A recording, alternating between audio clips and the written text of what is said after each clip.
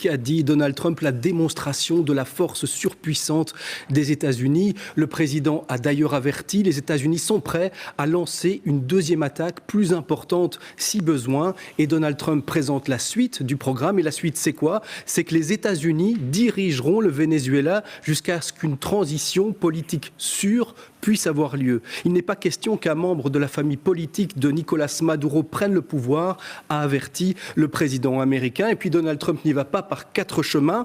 Il annonce que les compagnies pétrolières américaines vont s'implanter au Venezuela pour y gérer les affaires. Les choses sont donc dites. Le pétrole dont regorge le Venezuela est bien au centre de la convoitise des États-Unis. Merci Régis pour cette analyse. On vous retrouve dans quelques instants. Mais d'abord, on va rejoindre Axel Monnier, notre correspondant à Washington. Axel, on imagine que la situation fait beaucoup réagir aux États-Unis, à commencer par le monde politique.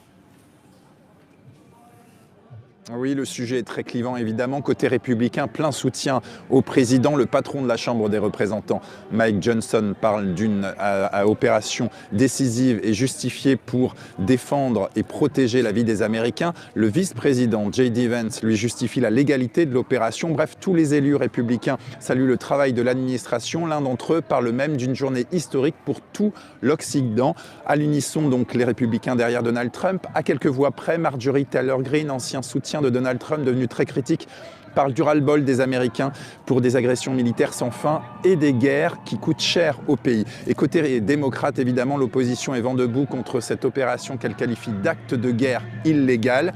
Et puis vous le voyez derrière moi sans doute, vous l'entendez surtout, de nombreuses manifestations dans tout le pays, dans de nombreuses villes, New York, Chicago ou ici à Washington, pour dénoncer l'impérialisme et l'ingérence des États-Unis. Merci Axel pour ces précisions en direct donc de Washington. Et on continue à analyser la situation avec vous, Sébastien Santander.